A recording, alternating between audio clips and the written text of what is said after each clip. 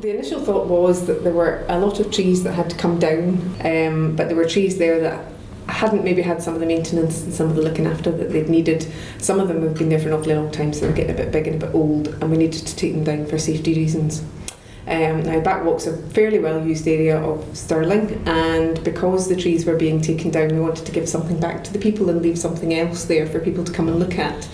And speaking to various people, Murray Cook, the archaeologist for Stirling Council, we spoke to Elspeth King from the Stirling Smith Museum and Art Gallery, and they came up with fantastic historical ideas of things that we could include, and that's where most of the inspiration for the carvings came from. All the ones in Stirling are on the Backwalk, and they're maybe spreading towards the Gowan Hill with this winter as well, but there are other rural carvings out in Fintry and in Bridgevallen and in Dunblane and Balmaha and various other of the rural areas around Stirling Shire as well as in Stirling City. In the rural areas, most of them are kind of natural history based. So we've got a lovely one in Fintry which has got a heron and some bats and some lamprey on it because it's near the primary school and also down near the river, so it's showing local wildlife.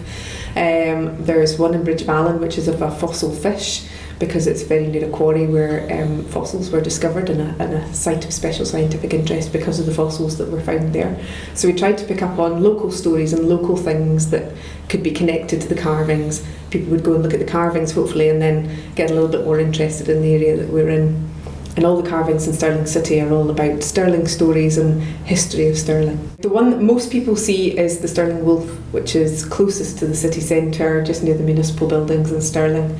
And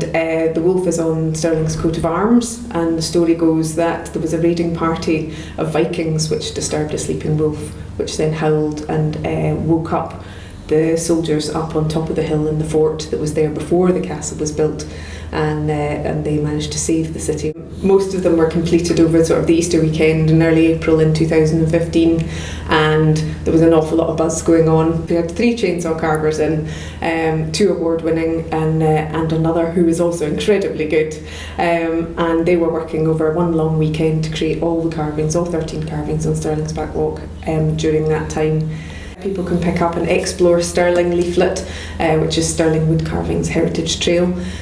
so they can follow their way around those, or they can go off exploring along the Backwalk by themselves. The rural ones are a wee bit harder to find, but there are links on our Facebook pages, and there is a little bit about all of them on the back of that leaflet as well, so they can go and have a wee wander around some of the rural villages.